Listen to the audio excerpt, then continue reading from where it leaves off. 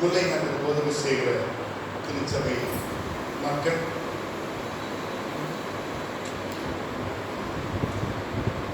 இடைநாட்களானாலும் இத்தனை பேர் நீங்கள் இந்த ஆராதனையில் கலந்து கொண்டிருக்கிறீர்கள் என்று பார்க்கும் பொழுது என்னுடைய நன்றியையும் என்னுடைய வாழ்க்கையையும் உங்களுக்கு நான் தெரிவித்துக் கொள்கிறேன். நம்முடைய சபை வளர்ந்து கொண்டு வருகிறது என்று சொல்வதற்கு திடப்படுத்தல் ஆராதனையிலே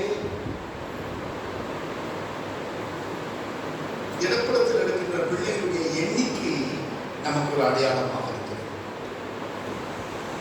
என்று சொல்லும் பொழுது 29 பேர் நம்முடைய பிள்ளைகள்.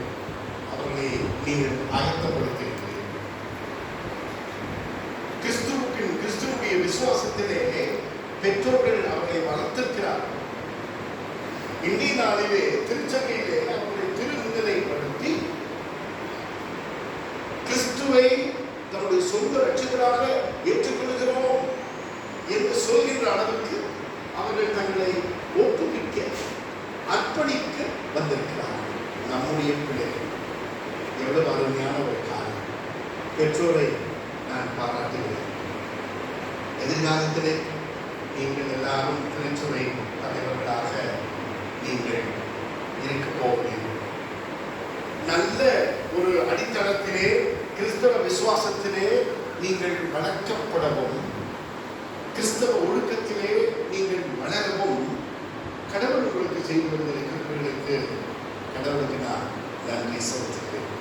வளர்ந்து வருகின்ற இந்த திருச்சபை நேற்றைய தினத்திலே பரீட்சித்து பார்க்க குருவானவர் மூத்த குருவானவர் ராஜசேகர் இங்கே வந்திருந்த பொழுது எல்லாரும் பாஸ் செய்து விட்டார்கள், நன்றாக பயிற்சி கொடுக்கப்பட்டது என்று சொல்லி அவர் சொன்னார். ஆகவே அது ஒரு மகிழ்ச்சியான காரியம். நீங்கள் தெரிந்து கொள்ள வேண்டிய காரியங்களை அறிந்திருக்கிறீர்கள். உலகத்திற்குள்ளாக இன்று நாங்கள் உங்களை அனுப்ப இருக்கிறோம். உலகத்திலே நீங்கள் கிறிஸ்துவுடைய பிள்ளைகளாக பிரியமான பிள்ளைகளாக நீங்கள் உருவாக்க, நீங்கள் உங்களை வெளிப்படுத்த, சபையார் ஜெபிக்க, பெற்றோர் உங்களை பெற்றெடுத்து வளர்த்து உற்சாகப்படுத்த, சபை மூப்பர்கள் நீங்கள் அவர்களை ஊக்குவிக்கவும், குருவானவர்கள் அவரை ஆயத்தப்படுத்தவும் ஆண்டவர் கிருபை செய்திருக்கிறார். இது ஒரு நல்ல அழகான காரியம். இசை கருவியை அழகாக வாசிக்கிற நண்பர் கொயர் 3 பேர் இருந்தாலும் நல்ல சத்தமா இருக்கு. ஞாயிற்றுக்கிழமை நல்ல பெரிய கொயர் இருந்தாலும் பரவாயில்ல, சிறப்பாக பாடுகிற உள்ளையும் நான் பாராட்டுகிறேன். விசுவாசபுரம் திருச்சபை வந்திருக்கிற குருவானவர் அந்த மனைவி உங்களையும் நான் வாழ்த்துகிறேன், வரவேற்கிறேன். வாசிக்க கேட்ட வேத பகுதி லூக்கா எடுத்துக்கொள்ளலாமா? 24ஆம் அதிகாரம். பைபிள் கொண்டு வந்திருக்கிற எல்லாருமே அந்த பக்கத்தை எடுத்துக்கொள்ளும். 122ஆம் பக்கம்.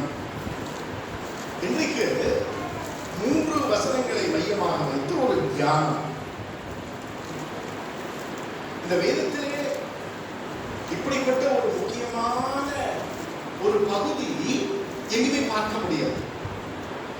ஆழமான கருத்தை சொல்லுகிற வசனங்களை நீங்கள் அவ்வப்பொழுது பார்க்க முடியாது. இப்பொழுது நீங்கள் பார்க்க, என்னை பொறுத்தவரையில் இந்த பகுதி ஒரு இன்றியமையாத ஒரு பகுதி, யூனிக் பேசேஜ்.